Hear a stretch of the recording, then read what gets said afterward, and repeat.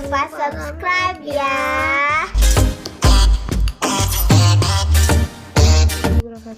Hari ini Ibu akan membahas tentang jaringan tumbuhan bab 2 di kelas 11. Struktur dan fungsi jaringan tumbuhan terdiri dari macam-macam jaringannya dan pengangkutan pada tumbuhan. Sini kita bisa lihat ya, ada satu tumbuhan atau tanaman di mana bagian tunasnya atau atas itu terdiri dari meristem apikal, lalu bagian batang ini ada kambiumnya, lalu di bagian akar ini ada meristem, ada akar lateral dan ada rambut akar. Nanti kita akan perdalam lagi. Yang pertama, ada macam-macam jaringan pada tumbuhan. Jaringan pada tumbuhan dibedakan menjadi dua, yaitu jaringan meristem dan jaringan dewasa. Kita bahas yang pertama dulu, yaitu jaringan meristem. Di mana jaringan meristem ini adalah jaringan embrional atau jaringan yang awal ya, jaringan di mana sel-selnya masih aktif dalam membelah diri. Biasanya proses pembelahan ini secara mitosis. Nah, biasanya juga jaringan meristem ini banyak mengandung protoplasma di dalam selnya. Kemudian vakuolanya atau tempat cadangan makanannya juga masih sangat kecil dan bahkan kadang tidak ada sama sekali. Nah, berdasarkan asalnya dibagi menjadi meristem primer dan meristem sekunder.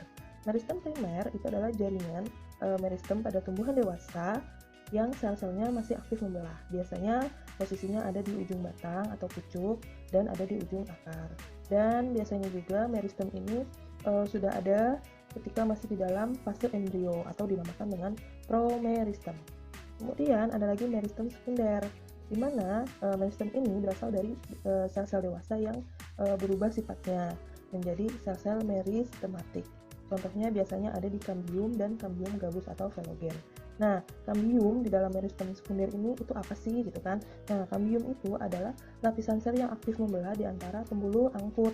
Pembuluh angkut itu kalau pada tumbuhan adalah xilem dan phloem.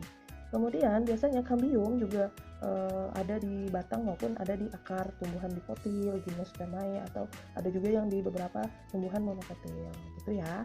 Kemudian ada lagi jaringan meristem berdasarkan letaknya dibagi menjadi tiga. Ada meristem apikal, di mana dia terdapat di ujung batang atau pucuk utama yang atas ya, atau ujung batang atau di ujung akar juga suka ada. Nah, adanya meristem apikal ini berguna untuk pemanjangan dari batang dan akar ya, yang sehingga suka disebut dengan pertumbuhan primer.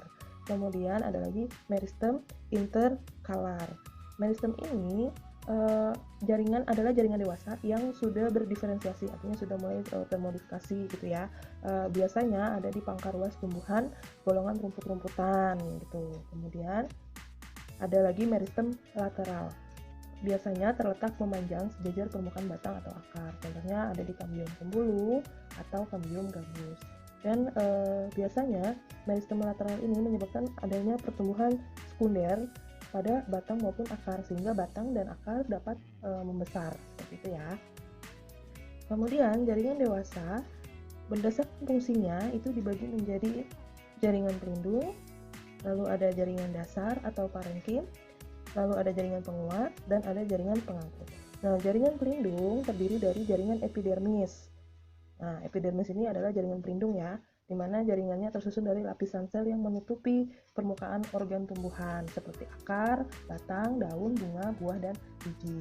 Nah, dikatakan sebagai jaringan pelindung karena fungsinya adalah melindungi bagian dalam tumbuhan dari segala pengaruh ya, pengaruh dari luar yang merugikan. Contohnya misalkan adanya perubahan suhu, adanya kerusakan, dan ada hilangnya air melalui penguapan. Nah, itu biasanya jaringan epidermis ini karena dia melindungi, jadi tanaman akan lebih terjaga.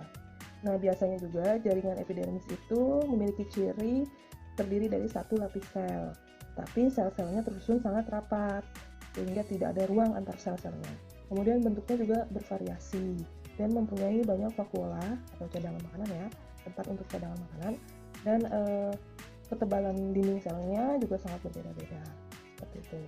Kemudian jaringan berikutnya adalah jaringan parenkim. Coba kita lihat ya, kalau yang gabus ini sama dengan yang tadi itu, kambium gabus seperti itu ya. Nah, jaringan parenkim itu adalah jaringan yang terbentuk dari sel-sel hidup dengan struktur morfologi yang bervariasi. Biasanya jaringan ini bertanggung jawab terhadap segala proses fisiologi. Misalkan karena sebagai jaringan dasar, maka sering dijumpai di setiap bagian tumbuhan. Ciri dari jaringan dasar parenkim itu biasanya selnya hidup dengan ukuran yang besar dan berdinding tipis, lalu mempunyai inti sel dan banyak vakuola, lalu memiliki ruang antar sel sehingga letak selnya tidak rapat dan dapat membelah diri, bahkan ketika dewasa dapat beregenerasi. Itu ya. Lalu ada jaringan penguat atau jaringan mekanik, atau kita juga bisa menyebutnya jaringan penyokong, yaitu jaringan yang menunjang bentuk tubuh tumbuhan. Jadi sudah jelas fungsinya adalah untuk menegakkan batang, menguatkan daun, melindungi tumbuhan, melindungi embrio, melindungi jaringan, memperkuat jaringan, itu ya. Nah, berdasarkan bentuk dan sifatnya, jaringan penyokong dibedakan menjadi jaringan kolenkim dan jaringan sklerenkim, di mana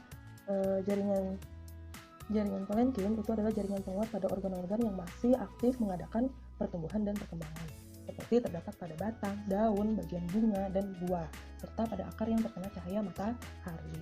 Dan umumnya kolenkim ini pada tumbuhan monokotil itu tidak ada ya, jika sejak muda selnya sudah membentuk sklerenkim, begitu.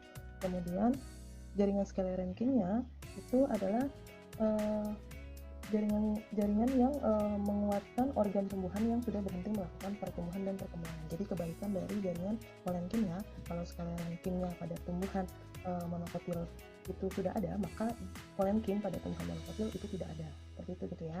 Jadi kalau sklerenkim itu biasanya memiliki sel-sel yang memiliki dinding sekunder yang tebal, lalu sifatnya lebih kenyal dan tidak mengandung protoplas karena selnya sudah mati. Seperti itu. Lalu sekarang coba kita lihat jaringan pengangkut atau vaskuler. Jaringan pengangkut sudah pasti adalah jaringan pada tumbuhan tingkat tinggi yang fungsinya mengangkut air dan garam mineral serta zat makanan hasil dari proses fotosintesis. Nah, jaringan pengangkut ini dibagi menjadi dua, jaringan xilem dan jaringan phloem. Kalau xilem itu dia mengangkut air dan garam mineral dari akar menuju ke daun, dan sel-selnya telah mati, berdinding tebal dan mengandung adanya zat lignin. Kemudian kalau phloem itu berarti mengangkut dan mendistribusikan zat makanan hasil fotosintesis dari daun ke seluruh bagian tumbuhan. Kebalikannya gitu ya dari xilem. Nah, biasanya phloem juga tersusun dari sel-sel yang hidup dan ada juga dari sel-sel yang sudah mati. Seperti itu. Kedua, pengangkutan pada tumbuhan. Pengangkutan pada tumbuhan atau transportasi pada tumbuhan dibagi menjadi dua, ada pengangkutan ekstravaskuler, ada pengangkutan intravaskuler. Kalau yang pengangkutan ekstravaskuler dibagi menjadi dua, ada transportasi simplex, ada transportasi apoplas. Nah, kita lihat dulu perbedaannya ya. Kalau yang pengangkutan ekstravaskuler itu dia itu adalah transportasi di mana prosesnya itu mengangkut air dan zat hara. Zat hara itu artinya mineral dan garam yang berfungsi untuk pertumbuhan tumbuhan ya. Yang merupakan proses pengangkutan air dan zat hara tanpa melalui pembuluh angkut. Nah, pembuluh angkutnya itu adalah si xilem maupun phloem. Jadi kalau ekstravaskuler dia tidak melalui pembuluh angkut, baik xilem maupun phloem. Nah, lalu dari mana pengangkutannya? Nah, pengangkutannya berjalan dari sel ke sel dan biasanya dengan arah yang horizontal, kemudian dimulai dari epidermis, rambut akar, lalu masuk ke lapisan korteks, lalu ke endodermis dan sampai pada berkas pembuluh angkut. Nah, kalau yang pengangkutan intravaskuler, nah kebalikan dari ekstravaskuler, artinya dia pengangkutan pada tumbuhan yang melalui berkas pembuluh, yaitu si phloem dan xilem tadi, gitu ya. Jadi kalau ekstra dari luar berkas pembuluh, kalau intra dari dalam berkas pembuluh, gitu.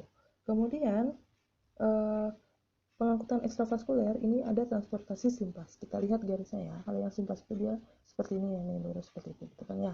Nah, simplas itu adalah pengangkutan atau transportasi zat dan air pada sel atau jaringan hidup melalui sitosol. Karena tadi kan kalau ekstravaskuler dari sel ke sel, maka dia yang jalur simplas itu dia dari sitosol ya, organel sel ya. Sitosol itu organel sel dari sel gitu kan. Nah, dari sitosol yang saling bersambungan dan dihubungkan oleh plasmodesmata. Nah, ini.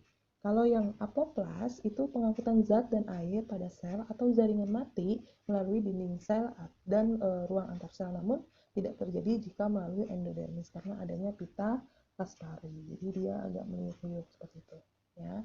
Nah, kalau pengangkutan intravaskuler ini karena dia tadi melalui berkas pembuluh, maka di situ kita menggunakan peran pembuluhnya gitu kan ya, yaitu si silem gitu kan. Nah, proses pengangkutan pada intravaskuler ini terjadi secara vertikal, yang berarti pengangkutan air ke daun melalui pembuluh silem. Sedangkan pengangkutan hasil fotosintesis dari daun ke seluruh bagian tumbuhan baru dilakukan oleh pembuluh phloem. Jadi di sini memang perannya dimulai dari si silem itu. Silem akar menuju ke batang, lalu ke tangkai daun, lalu ke silem tulang daun dan berakhir di mesofil. Oke, sampai di situ dulu ya pembahasan untuk jaringan tumbuhan.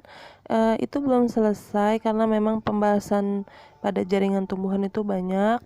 Jadi mungkin nanti akan ada part 2-nya. Yang untuk video ini kalian pahami dulu, dicatat yang penting-penting. Sebenarnya sih catatannya akan sangat banyak karena memang pembahasannya juga sangat banyak. Jadi tetap semangat ya. Terima kasih.